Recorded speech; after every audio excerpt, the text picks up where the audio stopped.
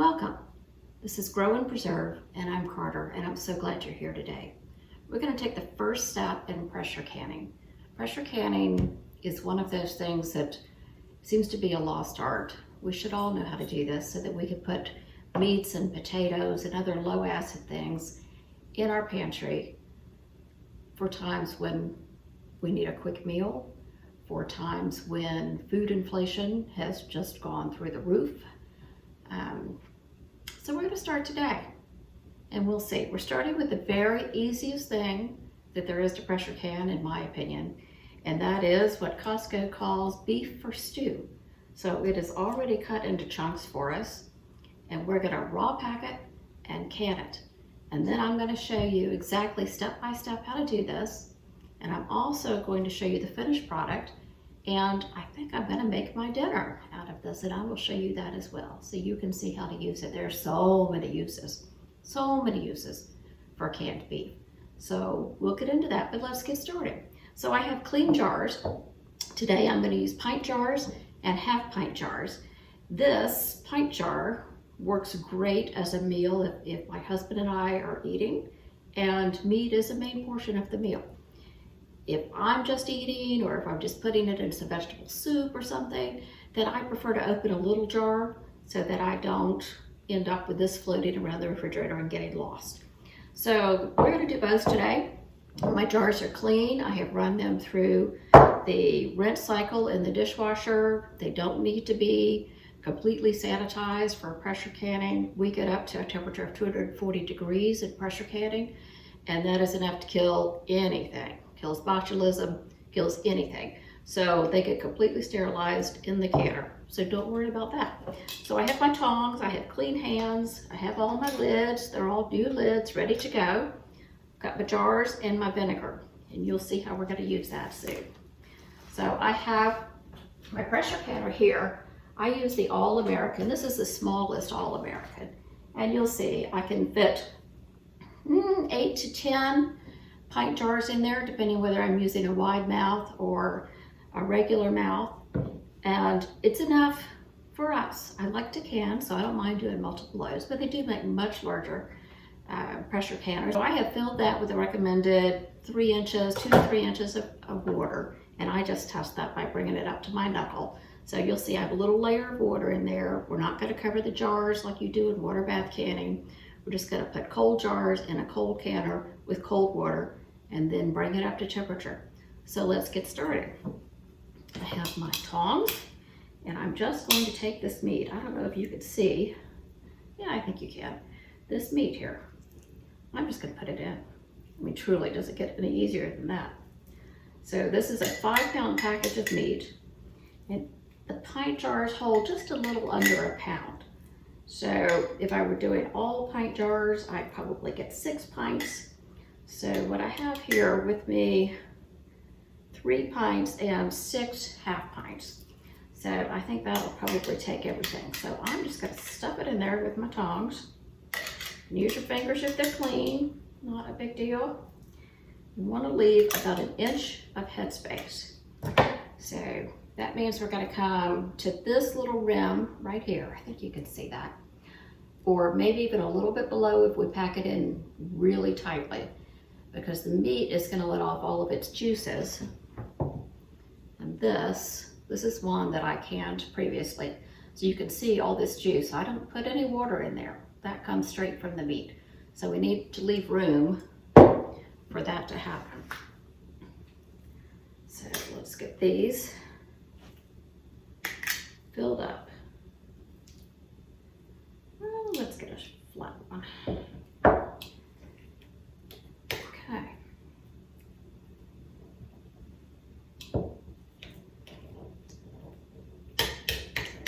Okay, so that's the 1 inch mark.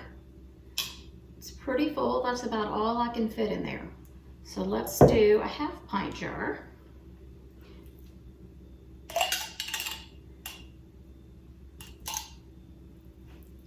These are so great. So this will be maybe, I don't know, 4/10 of a pound maybe. So what is that going to be? 6 and a half, 6, 7 ounces, something like that of meat, which is I don't know, it's perfect for me. I don't know if you eat more or less than that, but it's perfect for me. So I think it's great for one person. It works just as well for my husband too. So again, I'm gonna leave the 1-inch headspace. I've packed it in.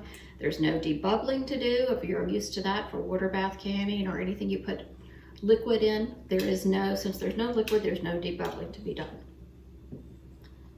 So I'm gonna finish these off camera, but I'm gonna show you what we do with these. So this is just vinegar and a clean paper towel. And I'm going to just clean around the rim to make sure I didn't get any meat on there. As you can see, there's very little fat on this meat, so I'm not so much worried about the fat getting on it and preventing the lid from sealing. But I do want to make sure it's clean. And you can see there was a little bit on there. So then I'm going to take a jar, lid, set that on. You don't have to heat up your jar lids anymore. That used to be a thing. So we don't have to do that anymore according to the lid manufacturers. And then you turn it on until it gets to the point where it's just sticking there and then just a little bit farther. So again, put it on, get the ring on, just sticking just a little bit farther. That's called finger tight. And then we're going to put these straight in the canner.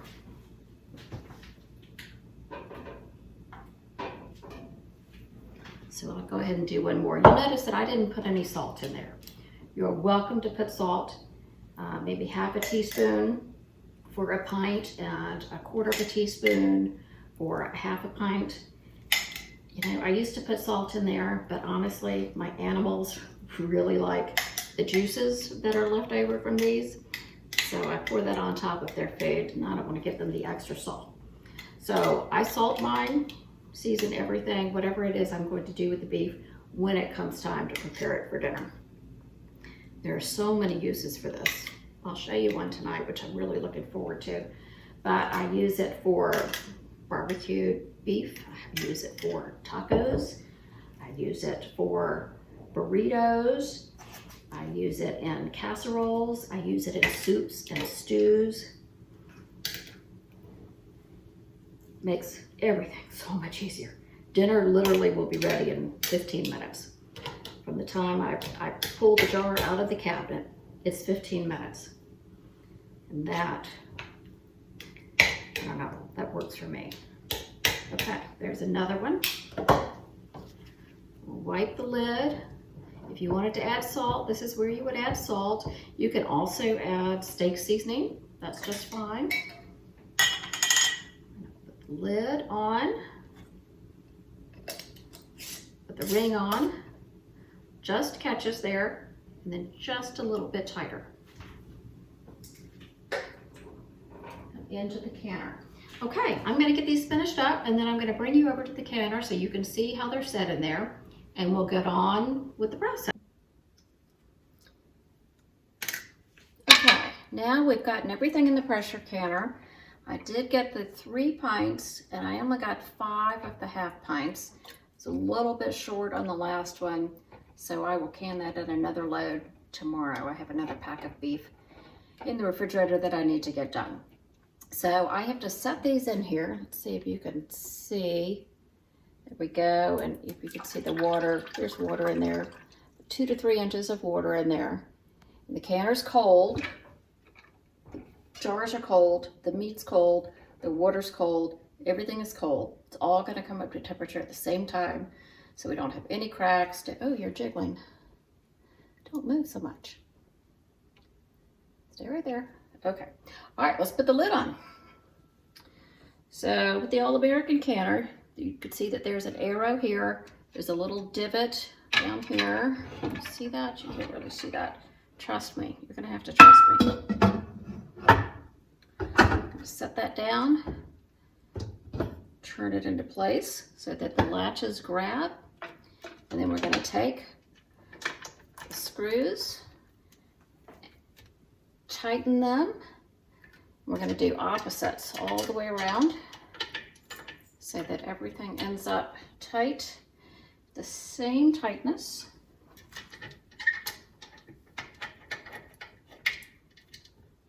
Okay.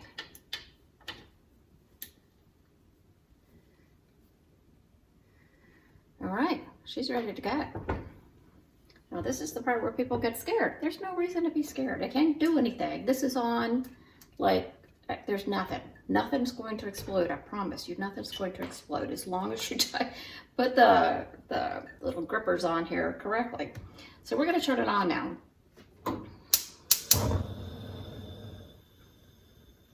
And I'm going to put it on my burner. It's about medium low, maybe even closer to low when I get to canning. So I'm going to put it on medium to sort of bringing it up to temperature. So what we're looking for, this is the spout here, and this is going to start sending steam out of here when it comes up to temperature and starts boiling. When that happens, we're going to let it go for 10 minutes, and it's going to spew steam all over the place. Again, no need to be worried about anything. It's just fine. And then as soon as 10 minutes is up, we're going to put on our weight. Now, where I live in Tennessee, we are below 1,000 feet above sea level. So I use 10 pounds of pressure. When I lived in Atlanta, we were just above 1,000 feet above sea level. So I used 15. So with this type of canner, with a weighted gauge canner, you're going to use 10 pounds of pressure. I don't know if you can see. You see that? Well, maybe. This one is 10. This one is 15. This one is 5. I don't think anybody actually uses 5. But anyway, you'll either be 10 or 15. So if your altitude is below 1,000 feet above sea level, you're going to use 10. If it's above 1,000, you're going to use 15. So you can look that up online. You could just put in your zip code and altitude, and you'll have several options to figure that out. So that's what we're going to do. We're going to wait till steam starts coming out of here, and we're going to set the timer for 10 minutes. We're going to let it blow for 10 minutes. Then we're going to put this on, and then we're going to wait for it to jiggle. So we'll come back and do all that together too. Meanwhile, I'm going to get my stuff ready to make dinner for you, or for me, but you get to watch. So I'll see you in a minute. Okay, we're back. We are just starting to get some steam out of here. We're going to give that just a minute to really get going, and then we're going to set our timer for 10 minutes.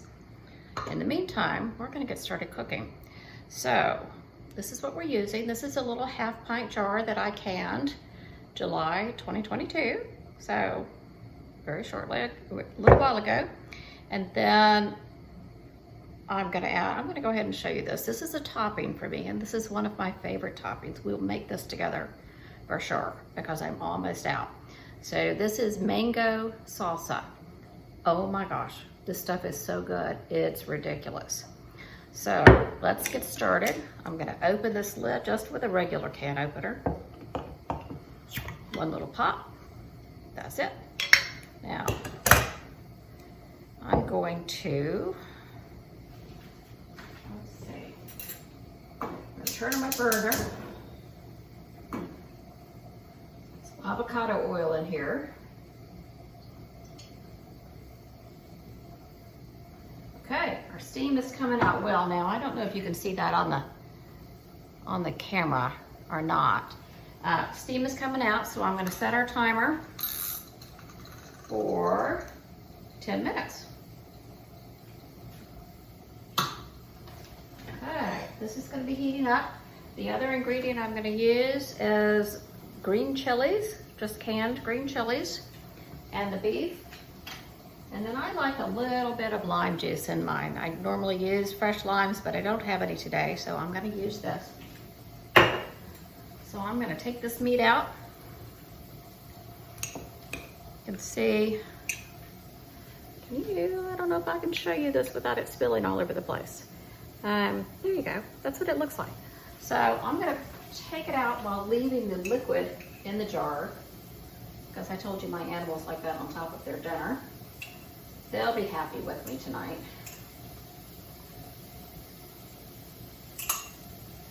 So this is almost half a pound of meat, and you can see it's quite a lot. So hopefully I'll have some leftovers for tomorrow's lunch. So pop that in some oil, put this away. Get that turned up a little bit. I'm going to go ahead and put a can of chilies in here. If you don't like just the green chilies, you could throw in salsa, you could throw in taco seasoning, you could just do salt and pepper. So I'm going to mix this around.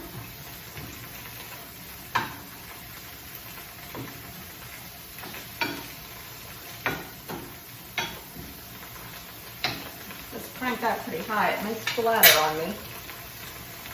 Take it down just a smidge. So in addition to the mango salsa, which I'm going to open now, I'm going to put, I have just some organic chunky guacamole that I got at Costco. So I'm going to put that on there and some tortilla chips as well. So this, oh my gosh, this stuff, I can't even tell you how good this stuff is. So mango salsa, we'll put this on top. If you don't like the sweetness, you can use regular salsa, certainly. I like the sweetness with the heat just a little bit, and the salt and the meat, and makes it great. So I am going to add some salt, speaking of that.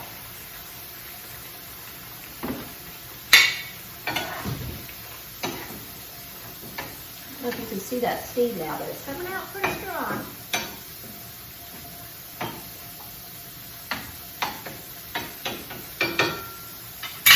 Let all the liquid evaporate from there. As I said, I use this meat all the time.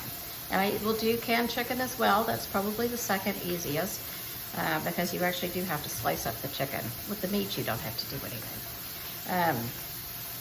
You know, but it just makes it easy. So 10 minutes, you'll see, 10 minutes, my dinner will be ready.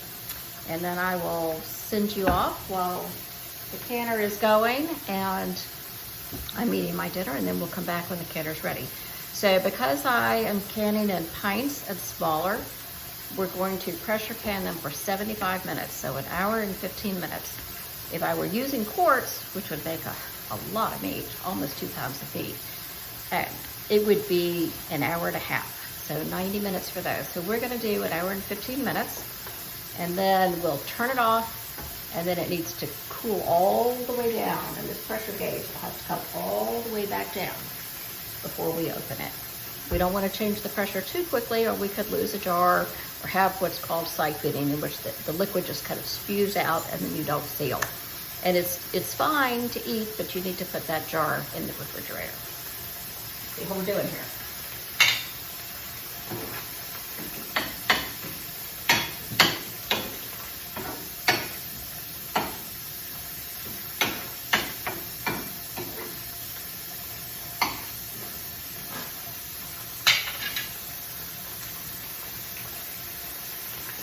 Almost done.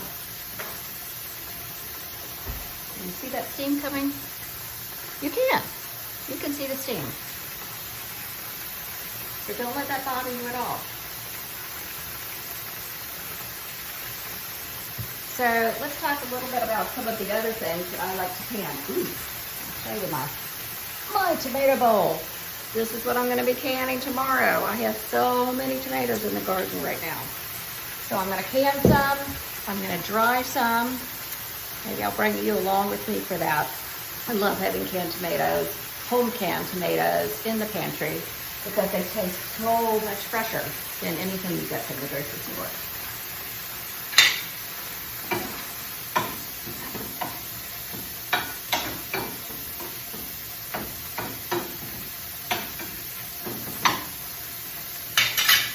Onions in this. You can serve it on a tortilla. My husband loves it on a tortilla.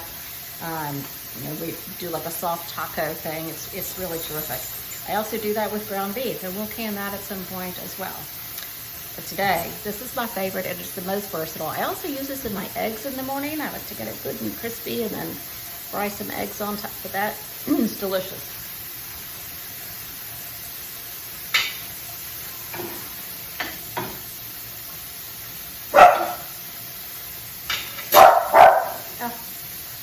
That's Izzy. She likes to make herself known. She's a little frustrated that she's getting no attention right now. Anyway, our dinner is almost ready. Waiting for the rest of the liquid to evaporate and we'll be good to go. 4 minutes left on our timer. And then we're gonna put the weighted gauge on. As I explained before, we're gonna put it on the 10 because I am below 1,000 feet above sea level. If you are higher than that, you're gonna put it on 15. And most important, Izzy. Sorry. Most importantly, you're gonna use an oven mitt to put it on because the steam is extremely hot. Okay. This.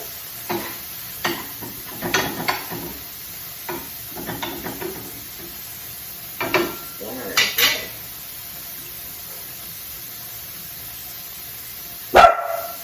Izzy, just enough, please.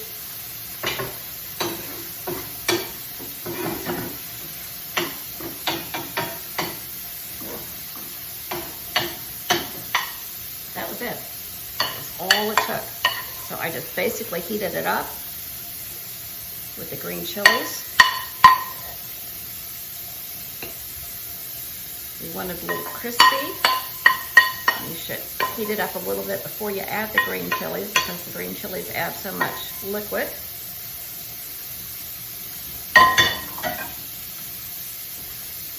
Now I'm going to put some of the salsa.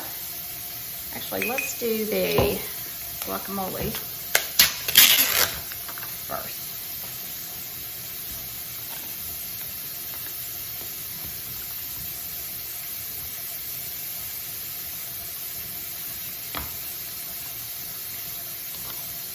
Okay, a little bit of guacamole.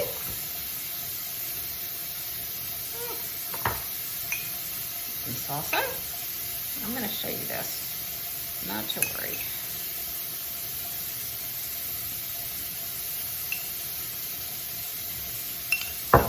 And then we'll just put some chips on the side.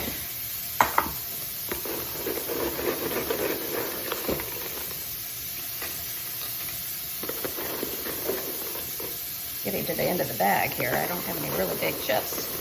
But that's all right. They'll be good anyway. All right. Now, let me see if I can show you this. I'm going to bring these down for just a second. Oops, there we go. So that is my dinner. Not sure if it comes across on screen how amazing it looks, but it looks really yummy to me. So let's take it back up. Oops. Okay, how much time is left? Less than a minute. You can really see it coming out.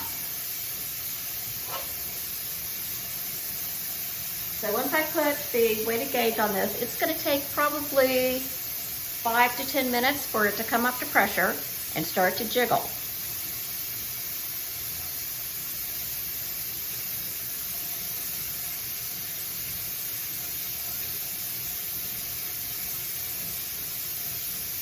Almost there.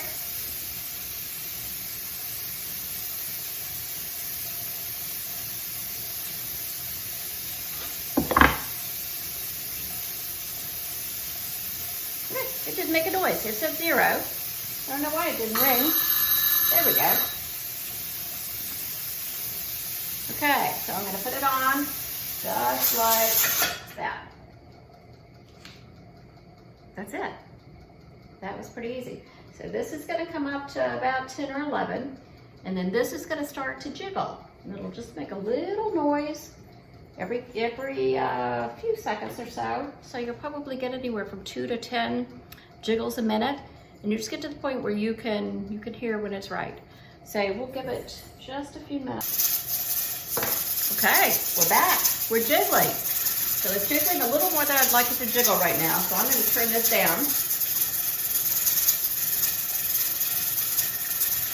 And it'll settle down here in a second. Meanwhile, I wanted to tell you how, see, there we go. We're getting there. How incredibly good my dinner is. So I wish you could taste this, but you're just gonna have to can your own meat. It's really amazing. And with the pineapple salsa, oh my gosh, we'll be making that soon. Okay. So I'm getting a little bit of a break in between. And then it goes. So the proper temperature on your oven or your stovetop is going to be different than mine. For me, it's about on low to maintain the right pressure. Still going a little more than I'd like it to. Again, we'll give it another minute. So once I get to the right number of jiggles per minute, between 2 and 10 is good, then I'm going to set the timer for an hour and 15 minutes, and then I'm going to come and all I'm going to do is turn off the stove. That's it. All I'm going to do is turn off the stove. And it's going to sit. This will come all the way back down to 0. Probably take at least 30 minutes. And then I'm going to remove the weight. A little bit of steam will come out. Give it another few minutes, let it sit. I want everything to come back down very slowly so we don't have any issues with the jars. Then I'll bring you back and we'll open it up and I'll show you what the final product looks like. So I hope you're enjoying this content. If you are, please subscribe. Hit the like button. I need a like button. Hit the like button for me. And I'll see you back soon as this is ready. So remember, on my end, it'll be an hour and 15 minutes plus about 30. For you, I'll be right back. Okay, we're back. The canner has finished. So it jiggled for an hour and 15 minutes because I'm doing pints and half pints. And then I came in and I turned off the burner and it's been sitting for about 30-35 minutes. The pressure's come all the way down. Of course, everything has stopped jiggling. So we are going to take the weight off. See, there's a little bit of air still releasing. Okay, that's done. Now I'm going to undo these things, which is easier to do when you're not on camera, I think.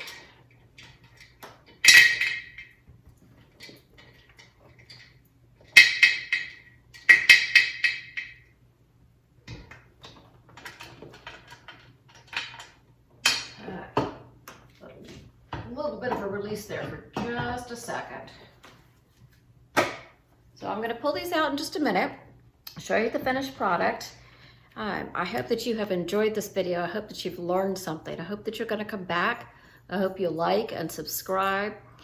Please let me know in the comments if you enjoyed it, if you think you're going to can some beef, if you want to do some water bath canning. I'm going to can tomatoes tomorrow, I think, and I'll bring you along for that. I also have some chicken I need to get canned this weekend, so we'll do that as well.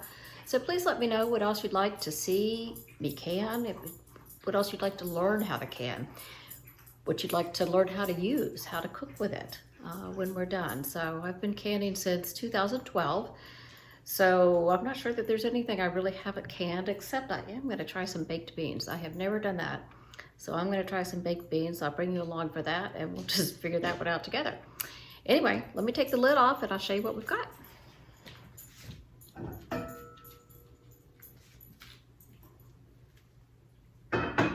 Right, they all look good. So these are my jar grippers. They come in a kit. There's a basic canning kit on Amazon. If I can find a link, which I probably can, I'll put it down below.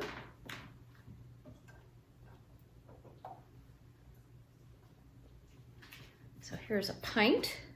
You see that? It's still bubbling, and it'll bubble for quite some time. But you remember now, I put no liquid in there.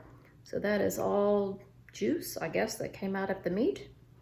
So I'm going to put them on a towel and leave them completely undisturbed for 24 hours.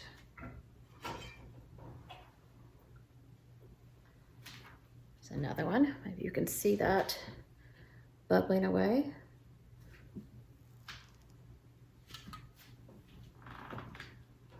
Got a little one out. There we go. There's one of the smaller ones. It's doing just as well. They're all still at about that inch mark, even with the liquid. So that's all perfect. Everything seems to have sealed already during the cool down, so there's nothing we need to worry about there.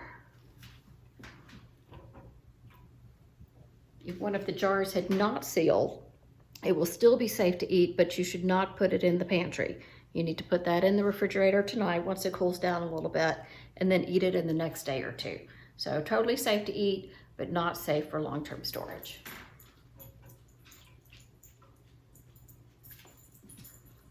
All right, we're almost done. Oh, one more good one.